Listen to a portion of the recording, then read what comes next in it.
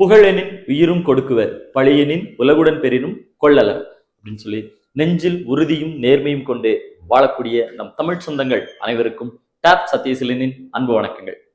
இன்னைக்கு நம்ம பார்க்க போற தலைப்பு என்ன அப்படின்னா தொல்காப்பியம். வந்து நம்ம இன்னைக்கு நம்ம வைகரையில 7வது நாள் வகுப்பா பார்க்க போறது தொல்காப்பியம் பற்றிய தலைப்பு தான் நம்ம வந்து பார்க்க போறோம். தொல்காப்பியம் இதுல இருந்தா நமக்கு நிறைய கண்டென்ட் வந்து வரப்போகுது. இதுக்கு அப்புறம் வரக்கூடிய ஒவ்வொரு தலைப்புலையும் நம்ம வந்து நிறைய வந்து பார்க்க போறோம். சரிங்களா? ஓகே.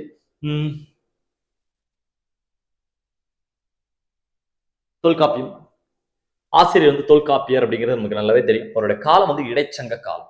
ஏன்னா முதல் தமிழ் சங்கத்துல பார்த்துருப்போம். முதல் சங்கம், இடைச்சங்கம், கடைச்சங்கம் பார்க்கும்போது முதல் சங்கத்துல நமக்கு அகத்தியம் மட்டும்தான் இருக்கும், தொல்காப்பியம் இருக்காது இல்லையா? அதாவது நம்ம இறையனார் களவியல் அகப்பொருள் உரையில நக்கீரர் கொடுத்த தகவல்களின்படி பார்த்தோம்னா முதல் தமிழ் சங்கத்துல நமக்கு என்ன இருக்கு அப்படின்னா அகத்தியம் இருக்கு.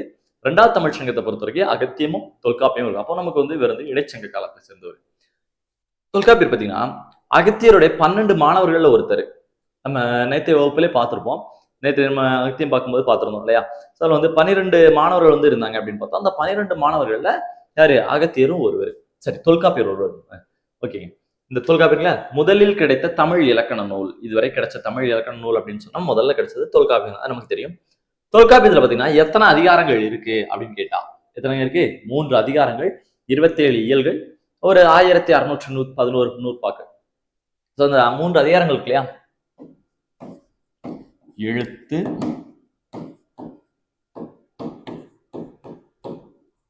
சொல், பொருள்.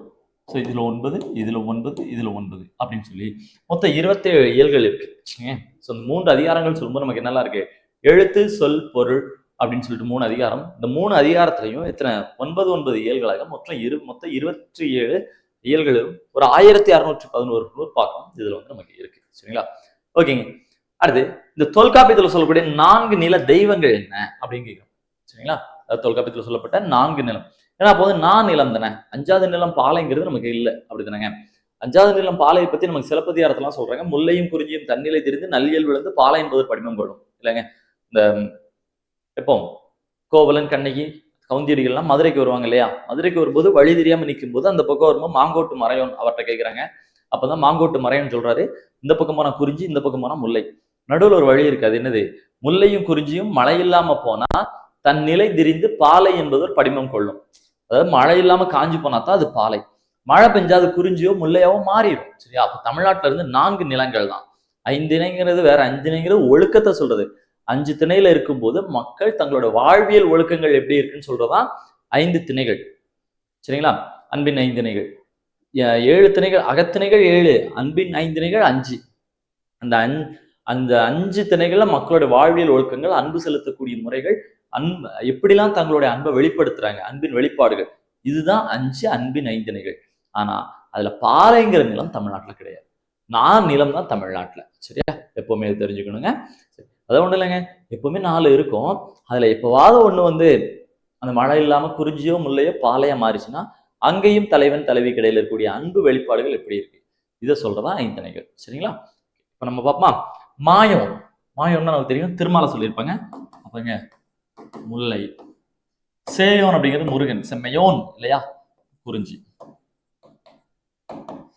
வேந்தன் அப்படிங்கிறது இந்திரன் சொல்லியிருக்காங்க. அப்போ மருதம்.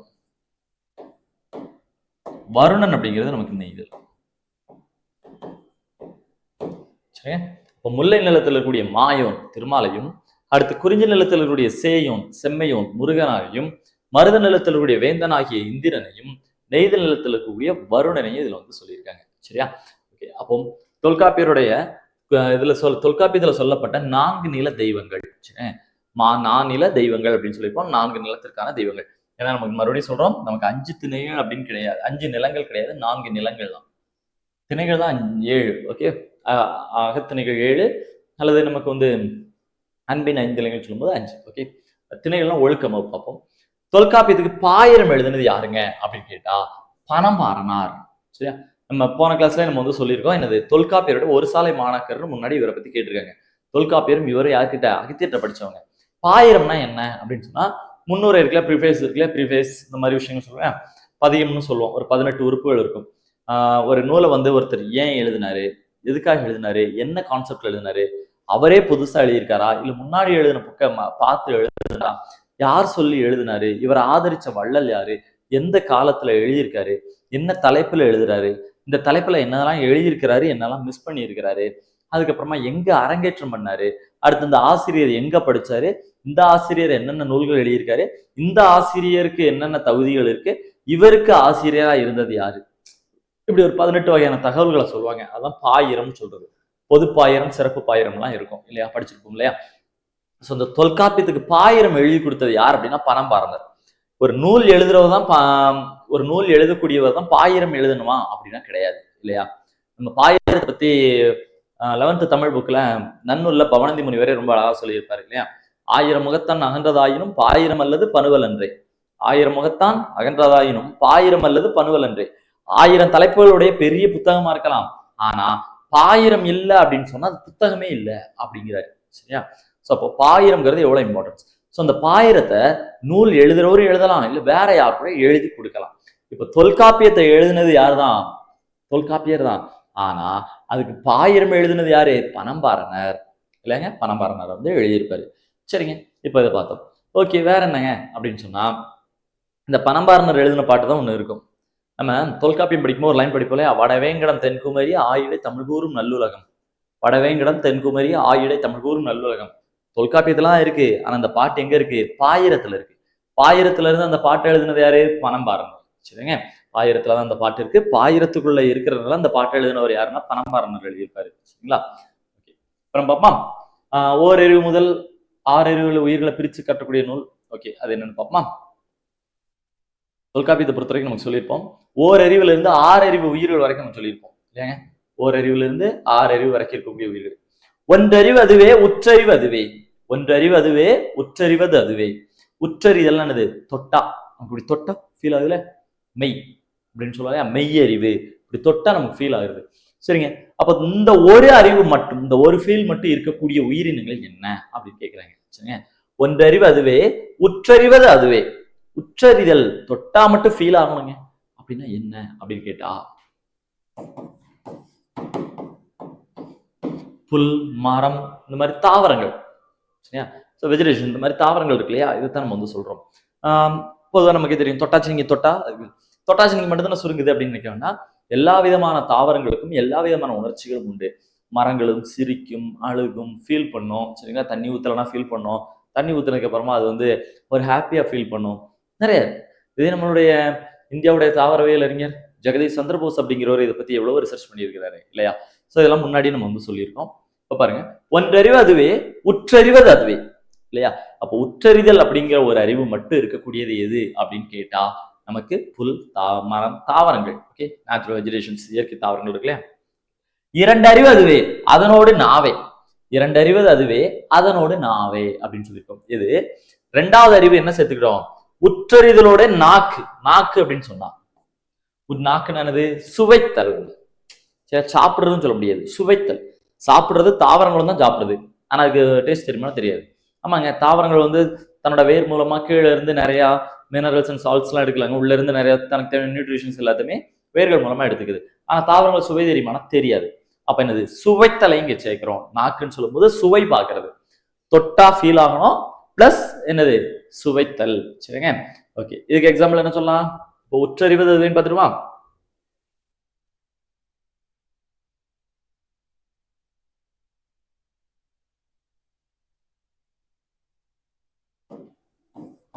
தொடு உணர்வா, அதான் மெய் அப்படின்னு சொல்லலாம்.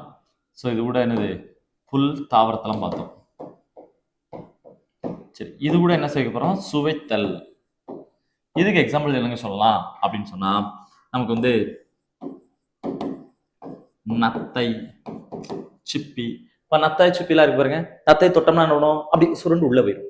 சிப்பி க்ளோஸ் பண்ணிக்கும் இல்லையா. ஸோ இந்த மாதிரி நத்தை சிப்பிலாம் இருக்கும். ஆனா அதுக்கு டேஸ்ட் பண்ண தெரியும், அதெல்லாம் உணவுகளை டேஸ்ட் பண்ணுது. சரியா, நத்தை சிப்பியெல்லாம் நீங்க இதுல எடுத்துக்கலாம் 2வதுல. சரிங்க, அப்ப 3வது அறிவு என்ன சொல்லுவாங்க, 3 அறிவு அதுவே அவற்றோடு மூக்கே. 1 அறிவது அதுவே இது உற்றறிவு அதுவே. 2 அறிவு அதுவே அதனோடு நாவே. 3 அறிவு அதுவே அவற்றோடு மூக்கே. இவற்றோடு சேர்த்தினா என்னது, மூக்கு, ஸ்மெல் பண்றது. சரியா, நுகர்தல். அதாவது தொட்டா ஃபீல் ஆகணும், டேஸ்ட் பண்ண தெரியணும், பிளஸ் என்னது, ஸ்மெல் பண்றது. எதை சொல்லலாம்,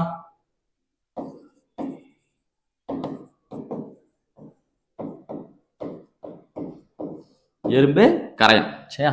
இந்த எறும்பு கரையான்ல இருக்க அது தொட்டா ஃபீல் ஆகும். இந்த மாதிரி டேஸ்ட் பண்ணி சர்க்கரை சீனிலாம் இருந்தா டேஸ்ட் பண்ணி போய் சாப்பிடுது இல்ல, இதெல்லாம் பண்ணுது பாத்தீங்களா? அதுக்கப்புறம் மூணாவது பாருங்க, எங்க போனாலும் வரிசையா போகுது. ஏன்னா இந்த எறும்பு கரையானுக்கு என்ன தெரியாது, கண் தெரியாது. இது வரைக்கும் நம்ம பார்த்த மூணுலயுமே எதுக்குமே கண்ணு தெரியாது. சரிங்க, பார்வை இருக்காதுங்க. இப்போ ஃபர்ஸ்ட் பாருங்க, புல் தாவரங்கள் இருக்கு இல்லையா, இதுக்கு பார்வை இல்லை. சரிங்க, அடுத்து நத்தை சிப்பி, இதுக்கு பார்வை இல்லை. அடுத்து எறும்பு கரையான்ல இருக்க இதுக்கும் வந்து பார்வை இல்லை. ஸோ இப்போ என்ன பண்ணுதுன்னா, இந்த மத்ததெல்லாம் பாருங்களேன், நத்தை சிப்பியான வரிசையா போதா? கிடையாது. அது வாட்ட எங்க வேணாலும் போகும். ஆனா அந்த எறும்பு கரையான் எப்படிங்க வரிசையா போகுது? முன்னாடி போகக்கூடிய எறும்புல இருந்தோ கரையான்ல இருந்து வரக்கூடிய சுரக்கக்கூடிய அந்த கெமிக்கல்ஸ் அமிலங்களை ஸ்மெல் பண்ணி தான் அப்படியே வரிசையா எறும்பு போகுது, வரிசையா கரையான் போகுது. அப்போ இங்க என்ன இருக்கு? தொடு உணர்ச்சி இருக்கு, சுவைக்கக்கூடிய பண்பு இருக்கு, தென் என்ன இருக்கு? அந்த ஸ்மெல் பண்றது இருக்கு. சரிங்க, ஓகே. அப்ப 3க்கு வந்தாச்சா? 4 அறிவு அதுவே அவற்றோடு கண்ணே. இப்பதான் என்னது? பார்வை. இப்ப எடுத்தாச்சா? 4 அறிவு அதுவே அவற்றோடு கண்ணே. இப்ப பார்வை.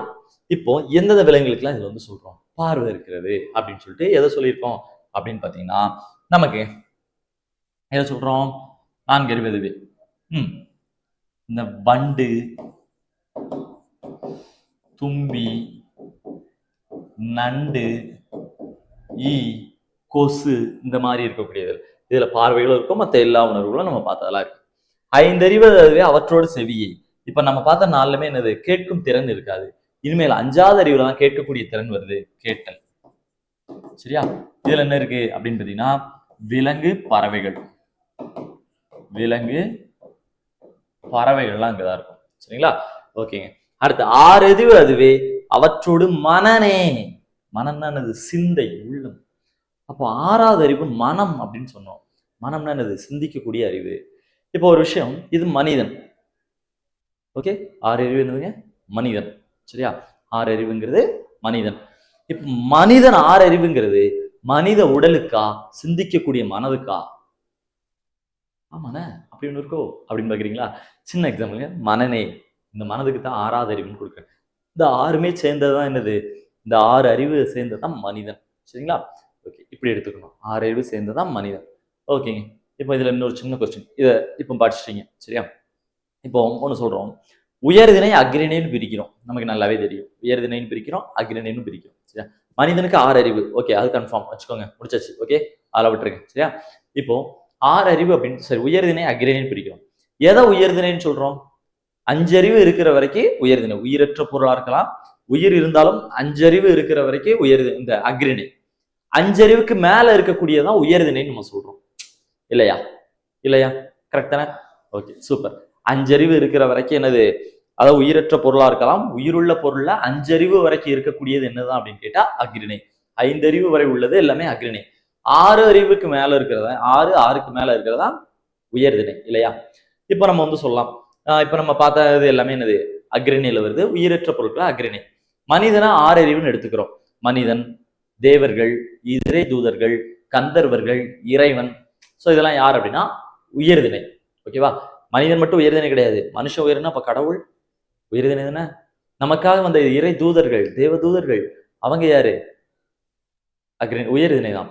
கந்தர்வர்கள் உயர்திணை தான். சரிங்களா? தேவர்கள் உயர்திணை தான். சரியா? ஓகே, அப்போ இதெல்லாம் வச்சுக்கிட்டீங்க. இப்ப நம்ம மனுஷன் எடுத்துப்போம். மனிதன் உயர்திணை. மனித உடல், மனித உடல் அக்ரிணை. இல்லையா? ஆமாங்க. இப்ப கை வலிக்கும் போது, கை வலிக்கிறான், கால் வலிக்கிறாள், கண் பார்க்கிறாள், மூக்கு சுவாசிக்கிறான் அப்படின்னு பால் வேறுபாடா பாக்குறோம் கிடையாது. சரிங்களா? சோ மனித உடல் உறுப்புகள் எடுத்துக்கிட்டா அக்ரிணை. சரிங்களா? சிந்திக்கக்கூடிய அறிவு தான் மனுஷனை 6வது அறிவுள்ள ஒரு உயிரினமா உயர்த்தி காட்டுது. கரெக்டா? சரிங்களா?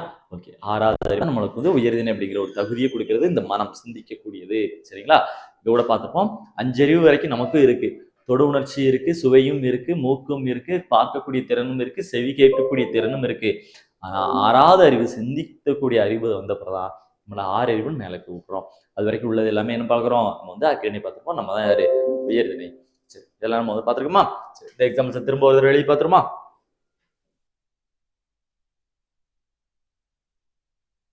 இதெல்லாம் உயர்திணை, சரி, இதெல்லாம் ஓரறிவு, இதெல்லாம் ஈரறிவு, அதெல்லாம் பார்த்துருவோம்னா.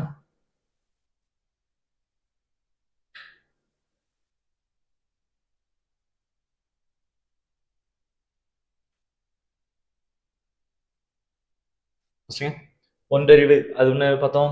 ஓரறிவு தொடு உணர்ச்சி இருக்குது, புல், தாவரம். அடுத்துங்க ரெண்டறிவு இது, அதுல என்ன இருக்குது நமக்கு வந்து சிப்பி, நத்தை. மூன்றறிவு இது மூக்கு, இதுல என்ன சேர்க்கணும் எறும்பு, கரையான்.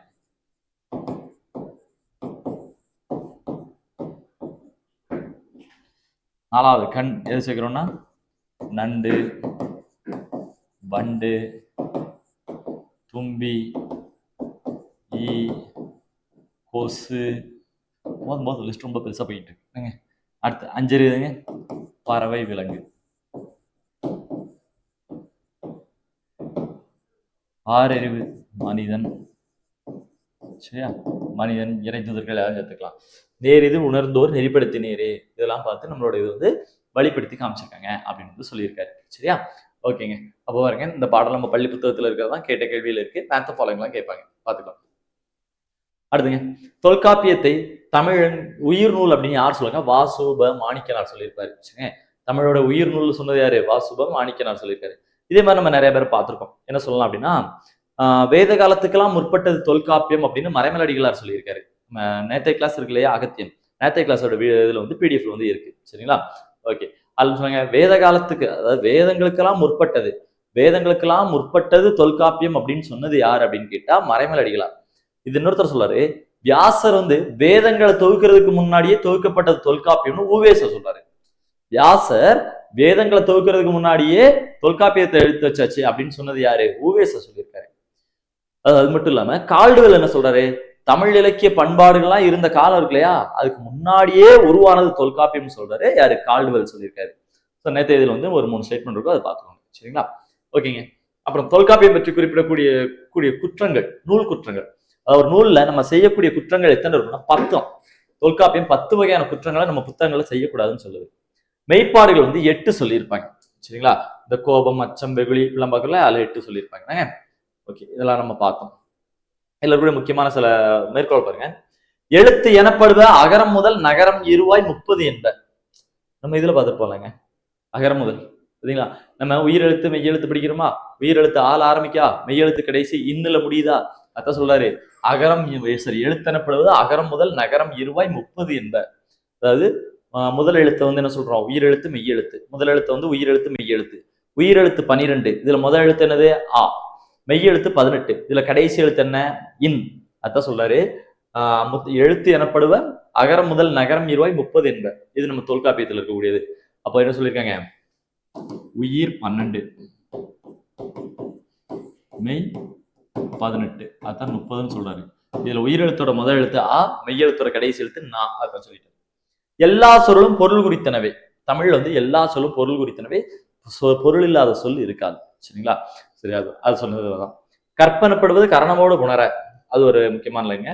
அதாவது இல்லற வாழ்க்கையை 2ஆ பிரிக்கிறாரு. சரிங்களா, அன்பு செலுத்தக்கூடிய வாழ்க்கை, தலைவன் தலைவிக்கு இடையில இருக்கக்கூடிய வாழ்க்கையை 2ஆ பிரிக்கிறாரு. களவு, கற்பு அப்படின்னு சொல்லுவாரு. களவு, கற்புன்னு சொல்றாரு.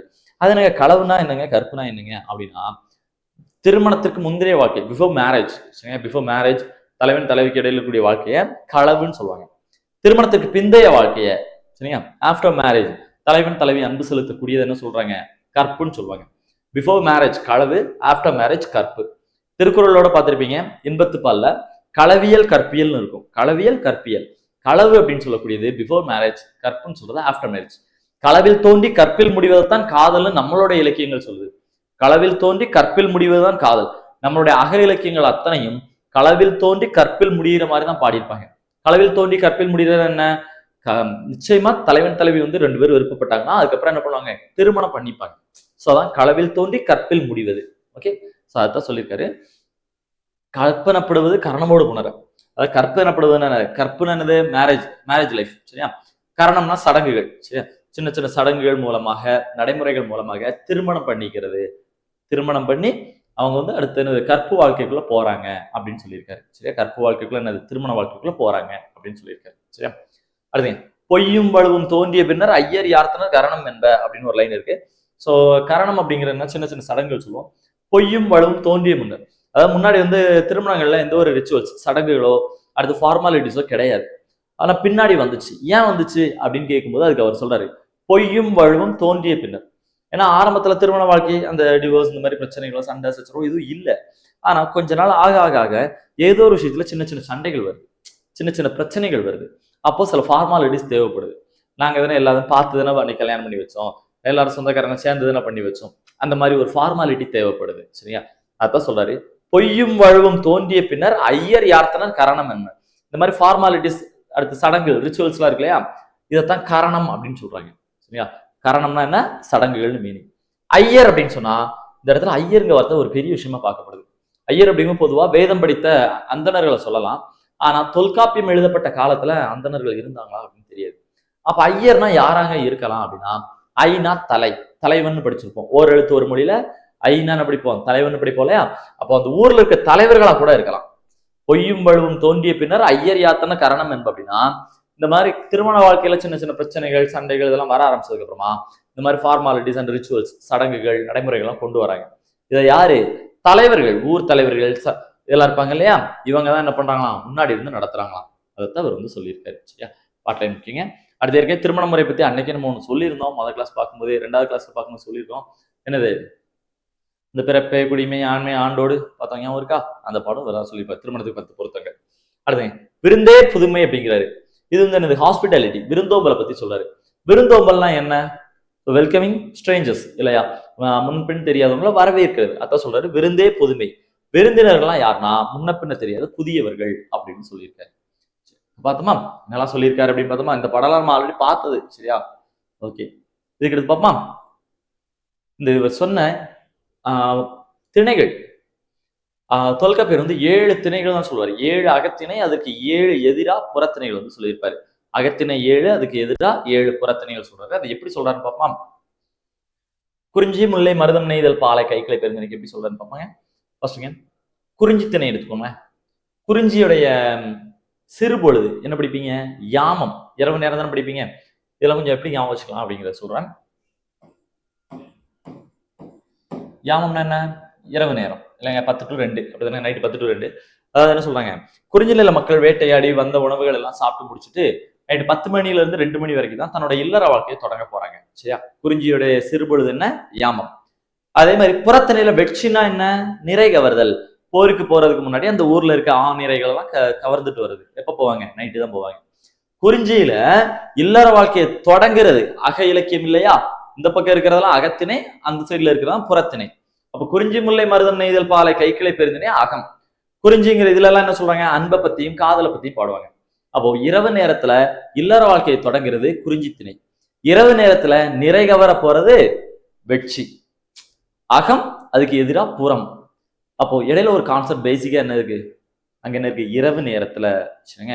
ஸோ அந்த 10 to 12 சொல்லுவோம் இல்லையா, இரவு நேரத்துல இல்லற வாழ்க்கையை தொடங்குறது குறிஞ்சி அப்படின்னு சொன்னா, இரவு நேரத்துல நிறை கவர போறது, போருக்கு போறதுக்கு முன்னாடி அந்த மாடுகளை பிடிச்சிட்டு வர போவாங்க இல்லையா, வெட்சி. நான் வந்துச்சா இரவு நேரம்.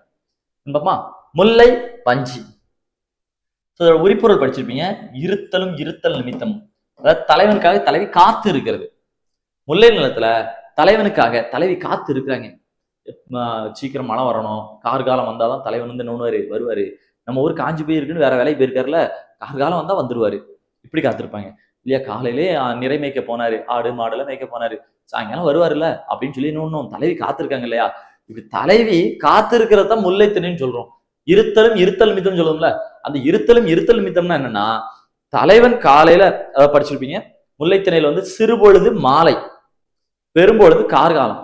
ஏன்னா காலையில போனா மாலை நேரத்துல வர போறாரு. அப்ப மாலை நேரத்துல தலைவன் உணவங்க காத்திருக்காங்க, அதான் சிறுபொழுது மாலை. முல்லை நிலத்துக்கு சிறுபொழுது மாலை. ஓகேவா? ஏன்னா மாலையில தான் தலைவன் வருவாரு, காத்திருக்காங்க. கார்காலம் என்ன? மூல மழை இல்ல, வெளியூருக்கு போய் வேலை பார்த்துட்டு வரேன் அப்படின்னு போயிருக்காரு. அப்போ கார்காலம் வந்தா, மழைக்காலம் வந்தா நான் வந்துருவேன், ஏன்னா மழைக்காலம் வந்தா நம்ம ஊர்ல வேலை இருக்கும்ல, வந்துருதுன்னு சொல்லிட்டு போயிருக்காரு. சரியா? அப்ப அதைத்தான் சொல்றாங்க, இருத்தலும் இருத்தல் நிமித்தம். வெளியூருக்கு வேலைக்கு போனவர் கார்காலம் மழைக்காலம் வந்தா வந்துருவாரு, காலையில மாடு மேய்க்க போயிருந்தானா சாயங்காலம் வர போறாரு. அப்ப தலைவி காத்திருக்காங்க. அதான் இருத்தலும் இருத்தல் நிமித்தம் படிச்சிருக்கோம். வஞ்சினா என்ன? ஒரு நாட்டு மேல போர் தொடுத்து போனோம், அவர் அந்த எதிரி நாடு நம்மளை எப்போ டார்ச்சர் பண்ணிட்டு இருக்காங்க, அவங்கள நம்ம என்ன பண்ணணும்? கண்டிப்பா சண்டை போட்டு அந்த நாட்டை பிடிக்கணும். இதுக்கு சரியான நேரத்துக்கு காத்து இருக்கிறது. சரியான நேரத்துக்கு காத்து, சும்மா போய் சண்டை போட முடியாதுல்ல, அப்ப என்ன சரியான நேரத்துக்கு காத்திருக்கணும். இதைத்தான் சொல்லியிருக்காங்க. என்ன சொல்றாங்க? முல்லையில வந்து தலைவி தலைவனுக்காக காத்திருக்காங்க. இதே இது இந்த பக்கம் வஞ்சியில வந்தீங்கன்னா ஒரு சரியான காலத்துல போர் செய்யறது காத்திருக்காங்க. கரெக்டா வந்துருச்சா? மருதம் இது அதோட சூப்பருங்க. ஊடலும் ஊடல் நிமித்தம்னு சொல்லுவாங்க. ஊடல் அப்படியே சண்டை போட்டு சமாதானம் ஆகுறது. ஒரு அழகான காதல்ல சண்டை போட்டு சமாதானம் ஆகுது இல்லையா? எப்போ ஒரே மாதிரி போன நல்லா இருக்கல, அப்போ சண்டை ஓடணுமா இல்லையா?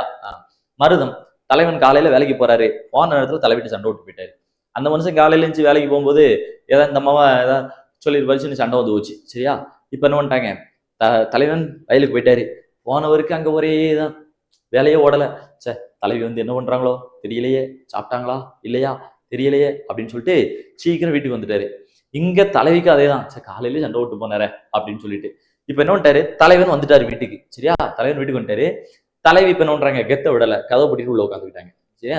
காலைல சண்டை விட்டு போனல சமாதானப்படுத்து அப்படின்னு சொல்லி தலைவி என்ன பண்ணாங்க, கதவை பூட்டிட்டு உள்ள உட்காந்துக்கிட்டாங்க. தலைவன் வெளியில உட்காந்து கதவை தட்டிக்கிட்டே இருக்காரு சமாதானப்படுத்திக்கிட்டு. சரியா? இது எங்க நடக்குது, மருத நிலத்துல. மருத நிலத்துல ஒரு தலைவன், விவசாயம் பார்க்கக்கூடிய ஒரு தலைவன், உழவு தொழில் செய்யக்கூடிய ஒரு தலைவன் உள்ள இருக்கக்கூடிய தலைவியை சமாதானப்படுத்துறாங்க. தலைவி அப்படியே ஊடல்ல கதவை பூட்டிட்டு உள்ள உட்காந்துட்டாங்க. சரியா? ஊடல்லாம் என்ன, சண்டை போட்டு சமாதானமாகக்கூடிய அன்பான ஒரு வாழ்க்கை. இப்ப தலைவன் வெளியில இருந்து கதவை தட்டிக்கிட்டே இருக்காரு. இப்ப இங்க நின்றுப்பாங்க. அந்த பக்கம் உளிங்கன்னு ஒண்ணு இருக்கா. உளிங்கன்னா என்ன, போருக்கு போகும்போது ஒரு அரசன் தன் கோட்டை கதவை மூடிட்டா நம்ம வெளியில இருந்து கோட்டை கதவை உடைக்கிறது. இதுதான் ஒழுங்கி. அது நமக்கு நல்லா தெரியும். நம்ம போருக்கு போறோம், எதிரி நாட்டு அரசன் கோட்டை கதவை பூட்டிட்டா நம்ம வெளியில இருந்து கட்டையெல்லாம் கொண்டு அடிச்சு உடைக்கிறோம். இது ஒழுங்கி இல்லையா? நமக்கு நல்லாவே தெரியும் இல்லையா? ஓகேங்க. இப்ப பாருங்க, மருத நிலத்துல தலைவன் தலைவிக்காக வெளியில உட்காந்து கதவை உடைச்சுக்கிட்டு இருக்காரு. ஒழுங்கி திணையில போருக்காக கதவை உடைக்கிறாங்க. ரெண்டுமே இது கதவை தான் உடைக்கிறாங்க. சரியா? கிட்டத்தட்ட ஒரே மாதிரி இருக்குல்ல, ஞாபகம் வச்சுக்கலாம். சரி, கான்செப்ட் தாங்க. சரியா?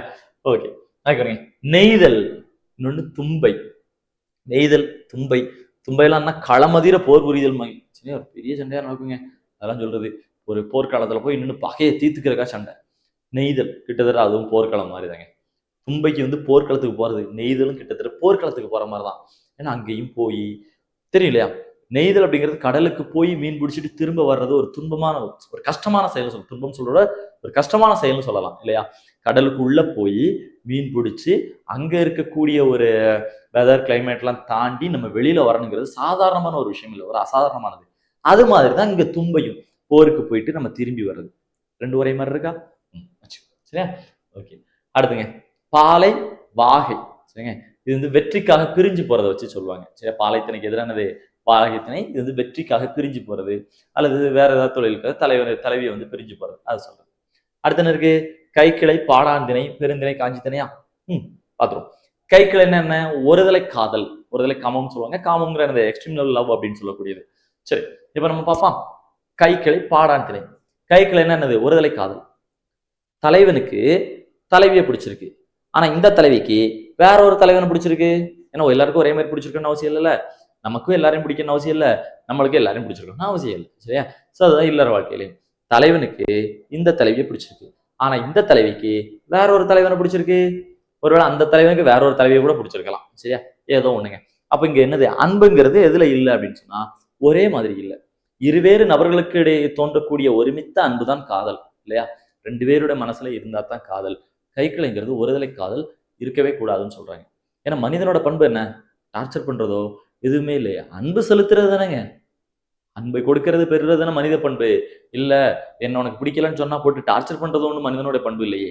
அதனாலதான் கைக்கிளையெல்லாம் பின்பற்றக்கூடாத ஒழுக்கங்களா வச்சிருக்காங்க. கைக்கிளை பெருந்தலைலாம் நம்ம பாடத்துல படிக்கிறோமா, கலித்தொகையில மட்டும்தான் இருக்கும், வேற எதுவும் இருக்காது. ஏன்னா இந்த கைக்கிளை பெருந்தலை, ஒருதலை காமமும் பொருந்தா காமம் அப்படிங்கிறது என்ன அப்படின்னா, நம்ம வந்து கூடா ஒழுக்கம்னு சொல்லுவேன், அந்த மாதிரிதான் ஃபாலோ பண்ணக்கூடிய டிசிப்ளின்ஸ் இல்லையா? ஸோ அந்த மாதிரி சொல்றதாங்க. ஏன்னா நம்மளுடைய இது எல்லாமே டிசிப்ளின்ஸ் தான் சொல்லி கொடுக்குது, ஒழுக்கங்களை தான் நமக்கு சொல்லி கொடுக்குறாங்க நம்மளுடைய இலக்கியங்கள்ல. அதுல இதுல பாத்தீங்கன்னா கைக்கிளை வேண்டான்னு சொல்றாங்க. ஓகே, இப்ப நம்ம பார்ப்போம். அப்போ தலைவனுக்கு இந்த தலைவியை பிடிச்சிருக்கு, இந்த தலைவிக்கு இன்னொரு தலைவனை பிடிச்சிருக்கு, இந்த தலைவனுக்கு அது வேற ஒரு தலைவியை பிடிச்சிருக்கு. அப்போ நோக்கங்கள் வேற வேறையா இருக்கு. ஓகே, அது மாதிரிதான் இங்க பாடான் திணைக்கு வாங்களேன். பாடான் திணை என்ன, புகழ்ந்து பாடுதல், பாடு கூட்டல் ஆண். அப்போ ஒரு ஆண் மகனை புகழ்ந்து பாடுது. ஒரு அரசரை போய் ஒரு புலவர் பாடுறாரு.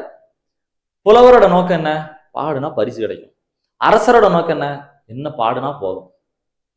இப்ப நோக்கங்கள் ஒரே மாதிரி இருக்கா? இல்ல. சரியா? இங்க எப்படி தலைவன் தலைவிக்கு இடையில ஒருமித்த அன்பு இல்லையோ, அது மாதிரி அங்க என்ன ஒரு இது இல்லை. புலவரை பொறுத்த வரைக்கும் பாடுனா பரிசு, இப்ப அரசரை பொறுத்த வரைக்கும் என்ன புகழணும்? அப்போ ஒரு இது இல்ல இல்லையா? காமனான ஒரு இது இல்லல்ல. ஸோ அதுதான் கைக்கிளைக்கு எதிரா பாடான் வச்சுக்கோங்க. அடுத்துங்க பெருந்திணைக்கு காஞ்சி. பெருந்திணைன்னா தெரியும் பொருந்தா காதல். பொருந்தா காதல் நெறைய இருக்குங்க. யாரெல்லாம் திருமணம் பண்ணிக்க கூடாது, எப்பல்லாம் திருமணம் பண்ணக்கூடாதுன்னு நெறைய சொல்லியிருப்பாங்க. ஸோ வயது வித்தியாசம் அதிகமா இருக்கக்கூடாது. உருவ வேறுபாடுகள் இருக்கக்கூடாது. உறவு முறைகள் சரியா இருக்கணும். இதெல்லாம் இருக்கு. அடுத்து மது போதையில இருக்கும்போது திருமணம் பண்ணக்கூடாது. மயக்கத்துல இருக்கும்போது திருமணம் பண்ணக்கூடாது. அதுக்கப்புறம் பழைய ஞாபகங்கள் இல்லாத நேரத்துல திருமணம் பண்ணக்கூடாது. அதுக்கப்புறம் சொன்னா தூக்கத்துல இருக்கும்போது திருமணம் பண்ணக்கூடாது. இந்த மாதிரி நெறைய சொல்றாங்க பெருந்திணையில. ஸோ இதுல ஏதாவது ஒண்ணு பண்ணோம் அப்படின்னா, அது பின்னாடி வரைக்கும் துன்பத்த தான் தரும். அந்த உறவு நிலைக்காது. இல்லைங்க. உறவு முறைகள் சரியா இருக்கணும். பாஸ்ட் லைஃப்ல ஒண்ண வச்சுக்கிட்டு, இப்போ நம்ம ஏதோ ஒரு கோவத்திலே, ஆதங்கத்திலே இன்னொரு திருமணத்த பண்ணிறக்கூடாது. அந்த மாதிரி உருவ வேறுபாடுகள், வயசு வித்தியாசம், இப்படி எல்லாம் இருக்கு. இதெல்லாம் இல்லாம, பார்க்காம, அவசரப்பட்டு பண்ணக்கூடிய திருமணங்கள், அந்த உறவு நிலைக்காமல் போயிரும். உறவு நிலையாமை பெரிய கஷ்டத்த தரும். இதுதான் இது பெருந்திணையில சொல்லப்படுது. இதுதான் அந்த பக்கம் என்ன சொல்றாங்க? காஞ்சியில. காஞ்சினாலே நிலையாமை. நீ என்னதான் இடத்த ஜெயிச்சாலும் என்ன ஆகும்? அது கடைசி அது உன்ட்ட இருக்காது. இன்னொருத்தன் ஜெயிச்சா அவன் எடுத்துட்டு போயிருவான். நிலையாமை.